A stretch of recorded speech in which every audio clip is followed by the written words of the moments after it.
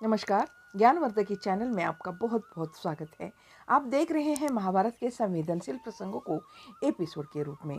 पिछले वीडियो में आपने देखा होगा कि भीष्म पितामह द्वैपायन ऋषि के आश्रम से वापस आते हैं अपने डेरे में, और तब युद्ध की कैसे शुरुआत होती है और युद्ध में क्या होता है, ये अभी इस वीडियो में आप देख सकते हैं।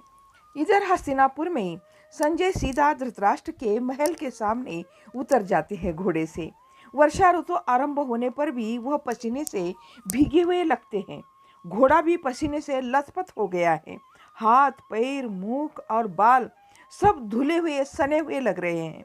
उसका घोड़ा बांधने से पहले ही भीतर से एक दासी ने दौड़ते हुए आकर कहा, महाराज और देवी दोनों ने टापे सुनते ही संजय ही होगा कहकर मुझे देखने भेजा है। विदुर चाचा भी वही है।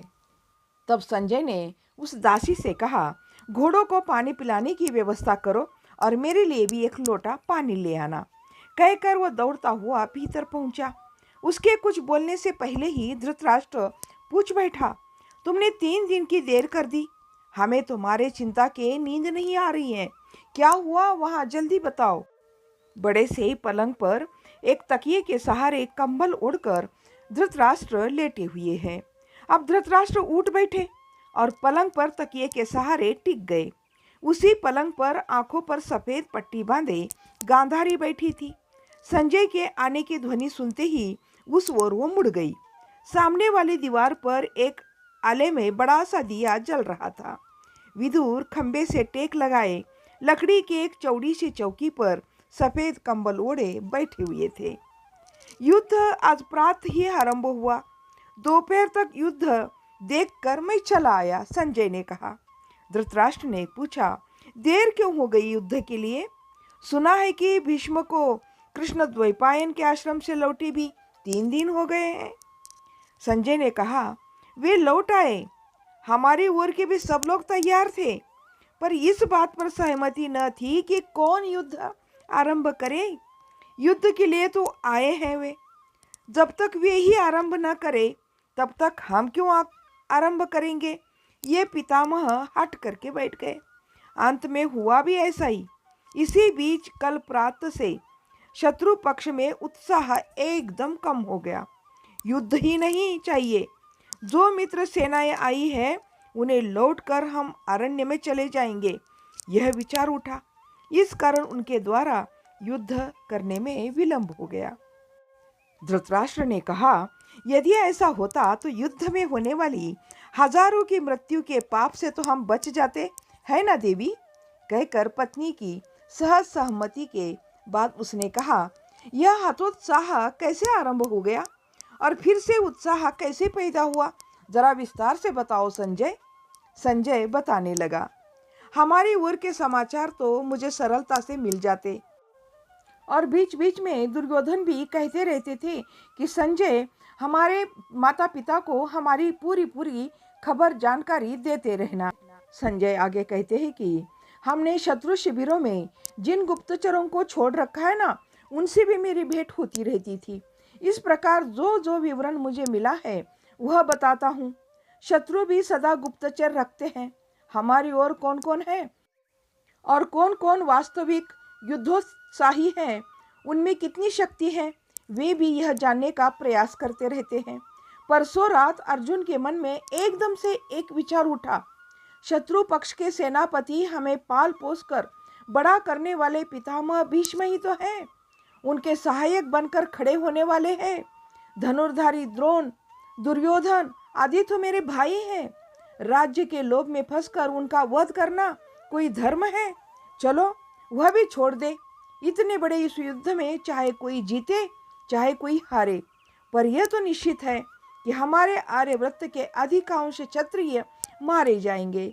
हमारी पवित्र क्षत्रिय स्त्रियों को दूसरी छोटी जाति के लोग, उसमें भी आर्यतर, उठा ले जाएंगे, अथवा पुरुषों के अभाव में काम तृष्णा के कारण हमारी स्त्रियां ही स्वयं उनके पीछे जा सकती हैं। तब वर्ण संकरों की उत्पत्ति होगी, अधर्म फैलेगा। हमारी राज्य लिप्सा के कारण ही ऐसा होगा। जो भी हो, अब बुढ़ापा आ ही रहा है। हम वन में जाकर एक आश्रम बनाकर वेदाध्ययन में लग जाएंगे। जैसा भी हो, दुर्योधन है तो हमारा भाई ही, उसे ही राज्य भोगने दिया जाए। सारी रात विचार करने पर मुझे ऐसा ही लगा। मैं तो युद्ध नहीं करूंगा, युद्ध नहीं चाहिए कहकर अर्जुन ने हट पकड़ ली। धर्मराज का मन भी डोलने लगा। उसका भी धर्म की ओर अधिक झुकाव दिखाई नहीं दिया। धृतराष्ट्र दिए के प्रकाश में कहने लगे, हाँ हाँ। संजय आगे बताने लगे, नकुल सहदेव को पसंद न आने पर भी वे बड़े भाइयों के समक्ष बोलने वाले तो है नहीं। भीम तब वहां नहीं था। प्रातः उठकर युद्ध में जाने के बाद रात को लौटने तक खाने को कुछ नहीं मिलेगा, यह सोचकर रसोई वाले शिविर में जाकर वो पहले ही बैठ गया था। धृतराष्ट्र ने पूछा, तुम कुछ भी कहो, अर्जुन भला है ना विदुर? विदुर की ओर से कोई जवाब नहीं मिला। वह खंबे के समान मौन अपनी जगह बैठा था। अब उसका मौन धृतराष्ट्र की समझ में आ गया। वह उसके अर्थ भी समझ गया। हाँ, आगे क्या हुआ संजय? धृतराष्ट्र ने पूछा। संजय बताने लगे, शत्रु सेना के मुखिया लोगों में खलबली मच गई। साधारणतः युद्ध आरंभ के एक दिन पहले से युद्ध ज्वर की एक लहर सी फैल जाती है ना। बहुतों को तसल्ली हुई कि उससे छुटकारा मिला। सैनिकों ने भी यह समाचार फैला दिया, अब युद्ध नहीं होगा, अब युद्ध नहीं होगा, युद्ध ही नहीं होगा, हम अपने अपने देश जाएंगे कहकर बहुत से तो खुशी के मारे उछल पड़ रहे थे, तालियां भी बजाने लगे थे। भीम को भी यह पता चल गया। खाना खाते खाते मांस के टुकड़े बीच में ही छोड़कर भीम दौड़ा दौड़ा युद्ध भूमि तक आया। उसने सारा विषय जान लिया और कहने लगा, अर्जुन, यदि तुम्हें डर लगता है तो चुपचाप उपप्लाव्य नगर जाकर आराम से सो जाओ, मैं युद्ध कर लूंगा। अर्जुन ने तर्क दिया, मैं धर्म का प्रश्न उठा रहा हूं भाई, डर की बात नहीं है। तब भीम ने उत्तर दिया, डर धर्म का ही एक रूप है। भीम की इस बात पर अर्जुन को क्रोध आ गया। दोनों भाई आपस में लड़ने को तैयार हो गए।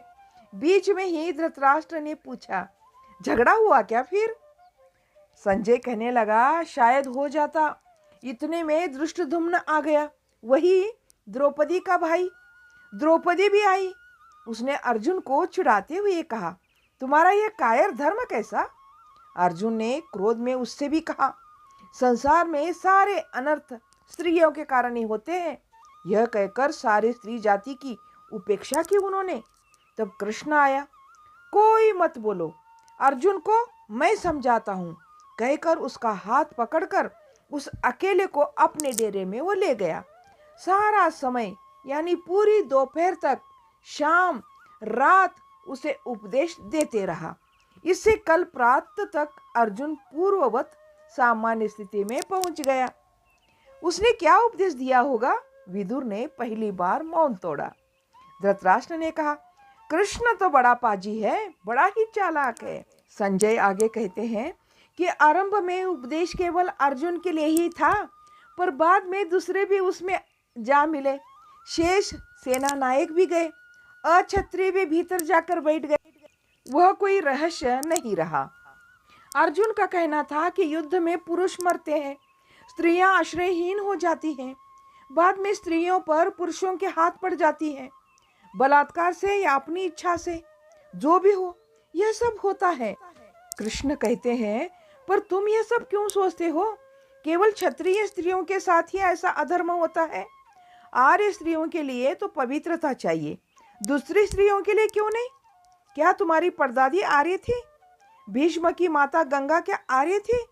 तुमने उल्पी के साथ विवाह करके 1 वर्ष गृहस्थ जीवन बिताया, क्या वह आर्य थी? क्या पहले कभी हमारे और तुम्हारे वंश में कई आर्यतर लोग आकर नहीं मिले? तुम जिसे बहू बनाकर लाए हो, उस उत्तरा की माँ सुदेशना आर्य होने पर भी सूत कुल में नहीं गई। यदि पवित्रता जैसी कोई चीज है तो वह उनके पास भी है और हमारी स्त्रियों के पास भी है। इस प्रकार का भेदभाव करना अहंकार की बात होगी अर्जुन। संजय आगे बताते हैं कि उनकी इन बातों से साधारण सैनिकों में प्रसन्नता की लहर दौड़ पड़ी। सब तालियां बजा बजा कर उछल कूद करने लगे और कृष्ण की वाहवाही करके उनकी तारीफ करने लगे। धृतराष्ट्र कहने लगे, अरे यह कितना चालाक है, देखो। मुख पर निराशा छा गई धृतराष्ट्र के। पास ही बैठा विदुर उसके मुख की ओर देख रहा था। आंखों से न देख पाने पर भी धृतराष्ट्र यह अनुभव कर रहा था कि विदुर की दृष्टि उसी पर है। इस तरह संजय युद्ध भूमि का सारा वर्णन धृतराष्ट्र के सामने करते हैं। तो इस कहानी को हम करते हैं यहीं पर समाप्त। इस कहानी का अगला भाग अगले वीडियो में जरूर देखिएगा। आपका सपोर्ट बनाए रखिएगा। तब तक के लिए जय हिंद, जय भारत।